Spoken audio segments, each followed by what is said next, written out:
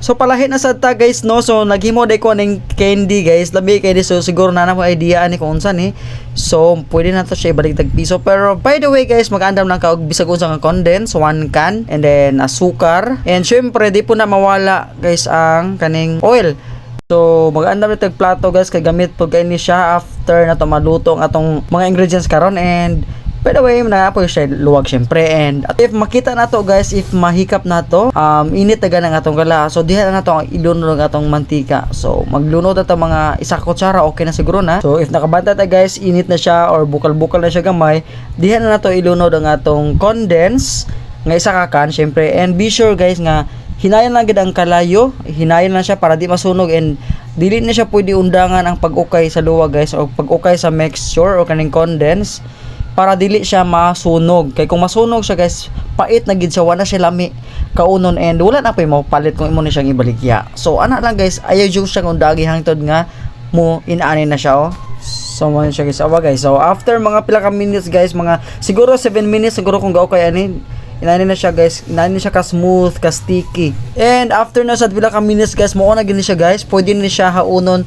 Kung feeling mo nga mura siya gahi na kay siya ukayon ba, and maglisod na kag ukay ganay. Hey. So for full video guys, please add to mo sa akong YouTube channel, Jimin Vlog. Thank you.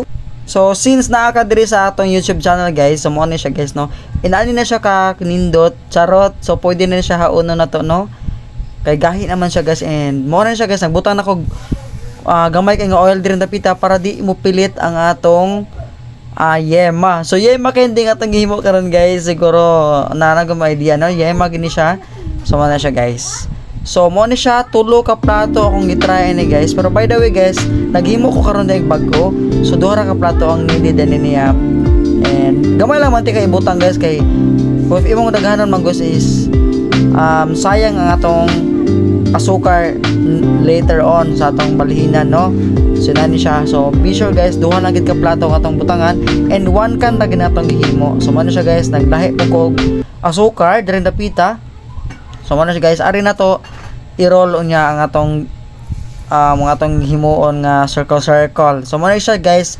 So pagbutang na ko guys, mga after mga 1 minute, so man siya nag-form na kong circle guys, na ginahinay ko. And be sure guys, magbutang tag plastic oy sa atong kamot para limpyo siya tanawon.